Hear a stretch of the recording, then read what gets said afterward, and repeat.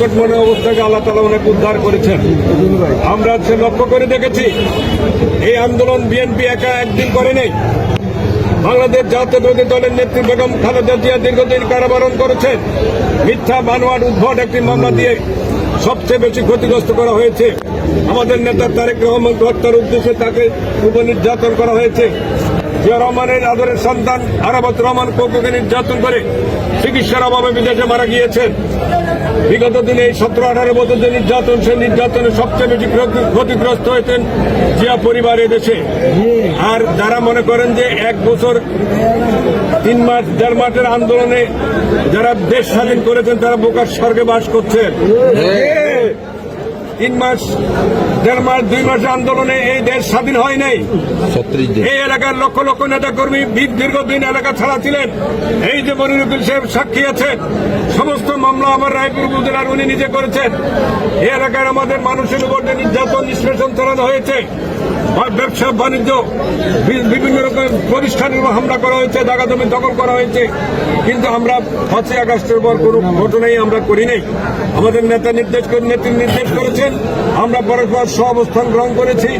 আজকে বাংলাদেশের তত্ত্বাবধায়ক সরকার তারা আছে, আমরা এই সরকারকে সমর্থন জানাচ্ছি। সংস্কারের যে সমস্ত বিষয় নিয়ে খুঁটিনাটি আলাপ হচ্ছে, সেখানে আমাদের মূল বক্তব্য আমরা দিয়েছি।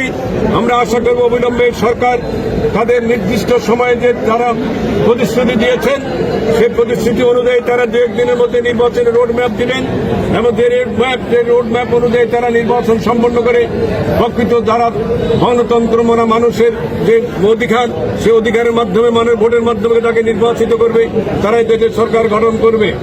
আর একটি কথা সে স্পষ্টভাবে বলে দিতে চায়, অতীতে তারা এই দেশে লুটপাট করতে লুণ্ঠন করেছে হাসিনা সহ তার যে সমস্ত দোষর আছে ইউনিয়ন পর্যায়ে, গ্রাম পর্যন্ত তাদের সম্পত্তি হিসাব নিতে হবে। দুর্নীতির মাধ্যমে তারা হাজার হাজার কোটি টাকার মালিক হয়েছেন। এখন অনেকে এলাকায় পালিয়ে আছেন, কিন্তু তার সম্পত্তি আছে, বাড়ি আছে, জায়গা জমি আছে, বিভিন্ন অবৈধভাবে সম্পদ করেছেন ঢাকা, চিটাগাং থেকে বিদেশে। এই সমস্ত সম্পত্তি জনগণের সম্পত্তি, লুটপাট করার সম্পত্তি, ওগুলো জনগণের সম্পত্তি জনগণের নিকট ফিরিয়ে দিতে হবে। জনগণের উন্নয়নের কাজে সে সমস্ত ব্যবস্থা করতে হবে। হাসিনা সহ যারা নিরপরাধ মানুষকে হত্যা করছে নির্মমভাবে, আইনাগণ সৃষ্টি করে বিগত দিনে হাজার হাজার নেতা কর্মীকে গুম করা হয়েছে। আমাদের নেতা ইলিয়াস আলী, জাতীয়তাবাদী ছাত্র দলের সাবেক নির্বাচিত সাধারণ সম্পাদক, সাবেক সংসদ সদস্য, সাবেক বিএনপির সাংগঠনিক সম্পাদক সিলেট বিভাগে তাকে নির্মমভাবে গুম করা হয়েছে। অদ্যবধি পর্যন্ত তার আমরা খবর পাইনি। আমাদের এইভাবে লক্ষ লক্ষ নেতা কর্মীর বিরুদ্ধে মিথ্যা মকদ্দমা দিয়ে প্রায় 5 লক্ষ নেতা কর্মীকে বাড়ি ছাড়া হয়েছিল।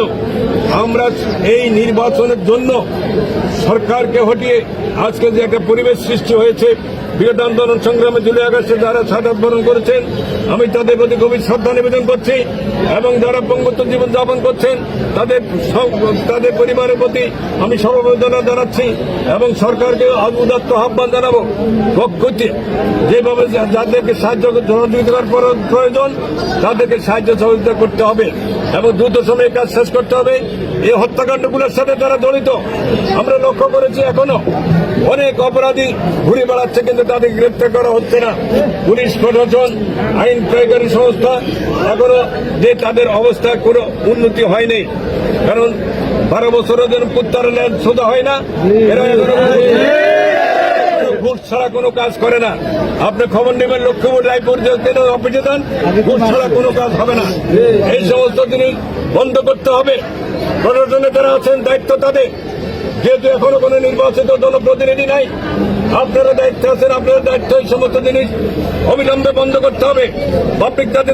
পাবলিকের যে সার্ভিস, সেই সার্ভিস যাতে পায় সেই ব্যবস্থা নিশ্চয়তা দিতে হবে। আজকের অনুষ্ঠান আমাদের প্রত্যন্ত অঞ্চল থেকে নেতাকর্মীরা এখানে এসে তাদের প্রতিনিধি নির্বাচন করছেন। এই এলাকায় এই অনুষ্ঠান